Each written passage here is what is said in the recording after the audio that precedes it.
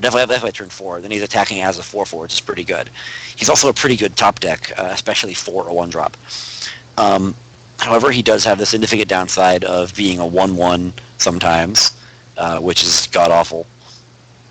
In Limited, I would not play this guy because you're probably not going to empty your hand till like turn 6, and having a 1/1 for 1 is a huge waste of a card. He is still a sweet top deck when you do empty your hand, but I don't know. I don't think he's as good as other guys. I'd probably pick other things over him. Luckily, you're not going to see him too often. He is a rare, so I would probably pick like a cool removal spell over this guy if I see him. Yeah, definitely not a high pick in Limited. The fact that he has a built-in way to become a 4/4 is kind of okay for Limited, just because that creature size is so big for this set in Limited. But it's so hard to meet that condition. Like, you just have to empty your hand. That means you're going to have no tricks. Yeah, I'd be hard-pressed to play this guy in Limited. For Constructed, I think it'll be decent. There's like a serious lack of meaningful one-cost creatures. And in the red deck, they're going to want some. And he happens to be an orc, so you got that upside. True. The one really annoying about him in Limited especially is that if you draw a removal spell, you have to play it right away. Like, he doesn't get it permanently, as far as I can tell. He just gets it only when you have no cards in your hand. So, like, if you draw your burn spell, now you have to play it on whoever they have available or them. And it can get real awkward, too, if they have no creatures in play. Like, you have Tormentor and a bunch of spells in your hand. Like, you draw Ruby Lance, like, what do you do with it? Yeah, I'm not saying like he's an all-star for Limited, but I mean, just the fact that he can become a 4/4 is worth remembering. Oh, no, absolutely. I'm just saying that, there is some awkwardness with having cool spells in your deck and Unmeasurable Tormentor, and that you can occasionally get screwed over by his ability. Or, well, he can screw himself over, basically. That's true. Wait. All right. Yeah, he's a 1/1 for 1. We know that. He's an orc. We know that. Those pieces of information make him like maybe playable in an orc deck. The fact that he has another ability makes him probably playable in an orc deck, but I wouldn't really expect to get like a lot of mileage out of this card. I would not count him as a 4/4 ever. I would just consider him a 1/1 when building the deck that might do something for you. Yeah. You don't start your deck with this card and be like, all right, how am I going to make him a 4/4? Right. As Armies of Mordor says in chat, you can combat trick with him as well. That's true. If you had like 2 quick actions in your hand, you got 2 burns in your hand or something, you can nuke something for 4 and he's suddenly a 4/4. Could be a good little trick. But, it's a situational trickiness is makes him an interesting card, maybe not necessarily good. Yeah. He does have that potential, though, which is kind of cool. All right, so moving on, we're going to skip Veteran Gladiator because it is a duplicate of Ragemonger, which we saw earlier. We're assuming Ragemonger is the actual card because the picture is less fuzzy. Not the most scientific of methods for deciding there, but they're the same thing anyways. So moving on to Wrathseeker. Wrathseeker is a 3-mana casting cost with a 1 red threshold, Orc Warrior. He's a 1/1 to start, but he has Rage 2. So this guy's basically a 3/1 attacker, which is fine. As an orc, he gets extra bonuses. Orcs like to attack. Orcs like to get rage. I think this guy is fine. He's not super great in Limited because 3/1 attacking is probably going to trade with something like their 2-drop or even their 1-drop if they have one before he really gets very scary. But in Constructed, yeah, he's decent. He's a even power to mana attacker, and if they don't block him, he gets bigger from there. I am not really crazy about this card. In Limited, the 1 toughness kind of sucks. And in Constructed, there's just so many 3-drops, like in particular the Ragemonger and Inferno, and then there's like some black orcs also, or blood shard orcs. I think he's going to have a hard time seeing play in Constructed. I mean, Rage is cool, but if you want Rage on your guys, you're going to already get that from other cards. I don't really like this one. I think he could see play in the the Blood and Ruby Orc deck, you'll have a lot of control options with random little burn spells and murders and things, which might make his rage valuable. But the might be valuable is the thing that makes him not a great card. For a common, 3 mana for probably 3 attack minimum for an orc deck, you might use it until you open up enough packs that have Rage Mongers in them or better 3 mana casting cost creatures. Exactly. Like, for him to end up dealing more damage than a Rage Monger, he's going to have to connect twice, and he doesn't even have speed, so I don't know. He just seems subpar. Especially whereas Ragemonger additionally makes people can't block. So he gets through for 6 almost for sure. Yeah. This guy might not even get through for 3 once. But he does have the upside of if you can push him through with removal spells, he does get considerably better. So, it's a choice. Yeah, like Wrathseeker with 2 Rage, it's like that card wants to hit the opponent, whereas Ragemonger is actually going to hit the opponent. Yeah. You know what I mean? So and our last card. Zoltog. All right, so Zoltog, if you couldn't tell by the name, is an orc. 4 mana casting cost, 2 red threshold, 3/4. When an orc troop you control deals damage to a champion, create a Savage Raider and put it into play. Savage Raider, in case you don't remember, was the 2/1 that can't block for 1 mana.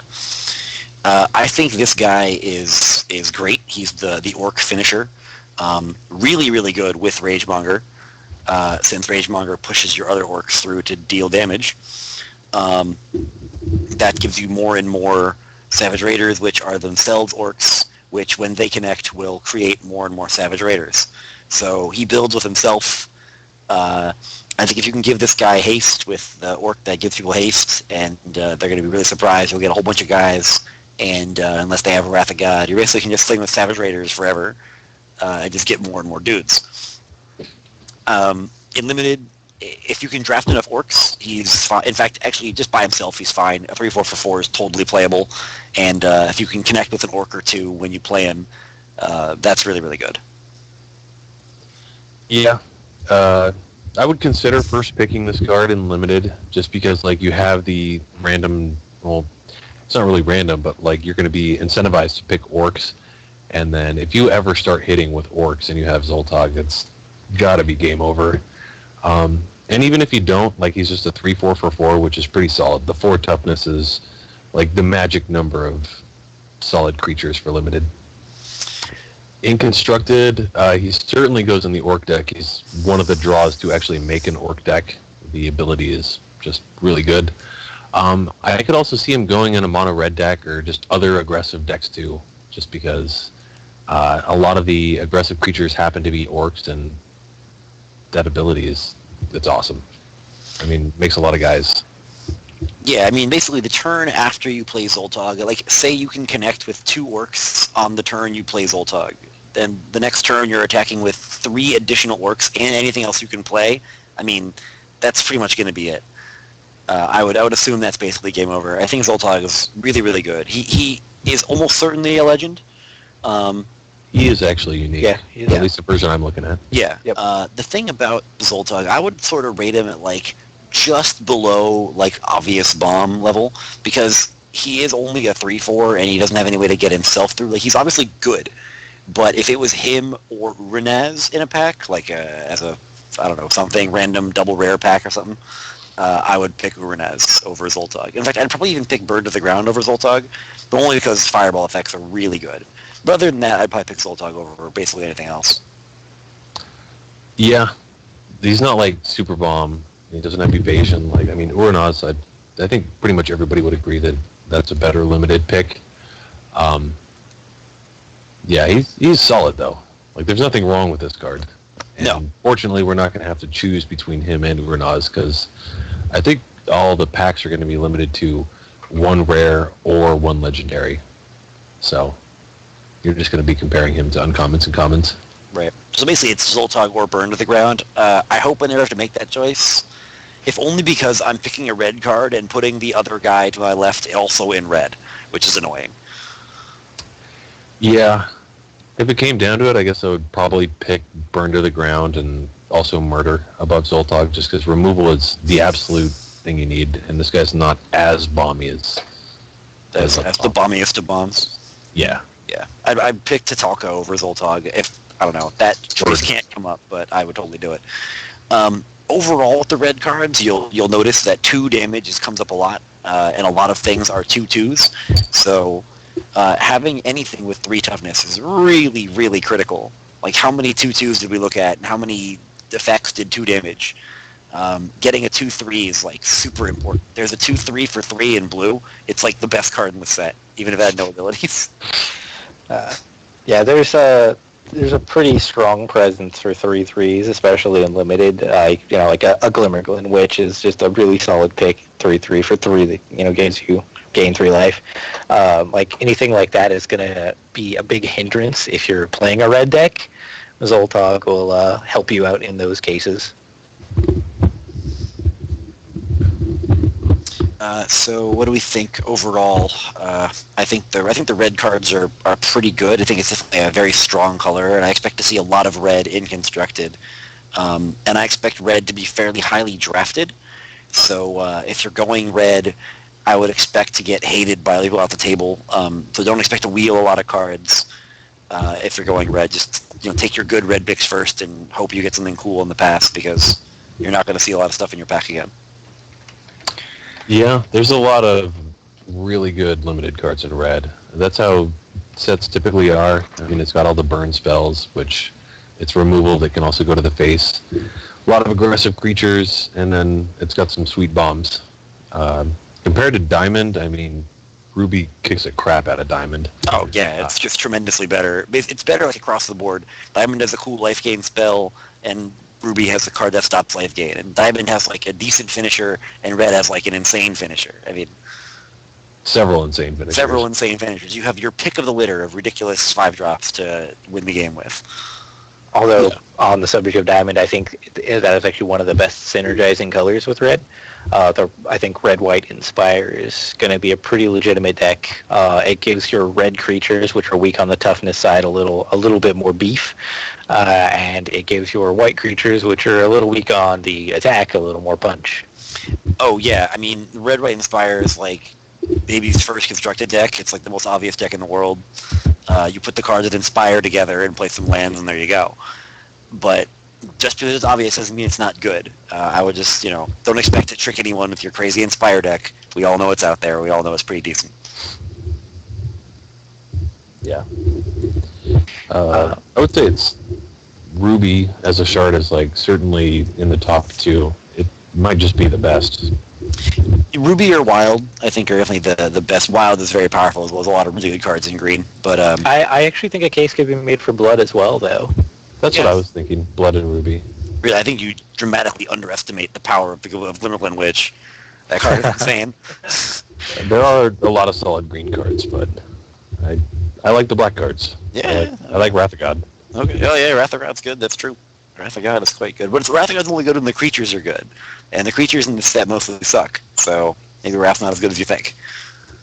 Yeah, but we're just talking about Glimmerglen Witch, and then all these sweet red creatures. Yeah. I'll kill them all with my Extinction spell. Yeah, all the good ones have speed, man. Like, it doesn't even matter. They'll just play me anyway. You don't want to play Extinction and they play that stupid Wrath, the 8-1 haste. Oh my god, what a blowout. That would make us suck. What a blowout, dude. You take 8 and then you're like, okay, now that guy is still in play. I have to kill him now. Okay, so anybody out there have any questions or comments or nifty little combos you've thought of or anything?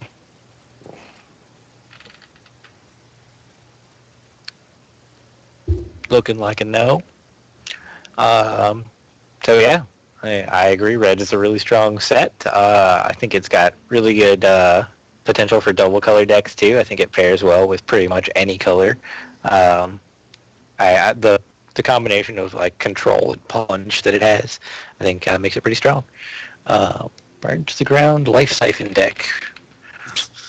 The X spells deck. The X spells deck. I have a lot of mana deck. I would assume so. Like red black aggressive will be a deck in constructed. Red green mid range will be a deck in constructed. Red white inspire will be a deck in constructed. Like it's everything but basically but red blue. And I think red blue is actually a draft archetype, like red blue artifacts. That seems legit too.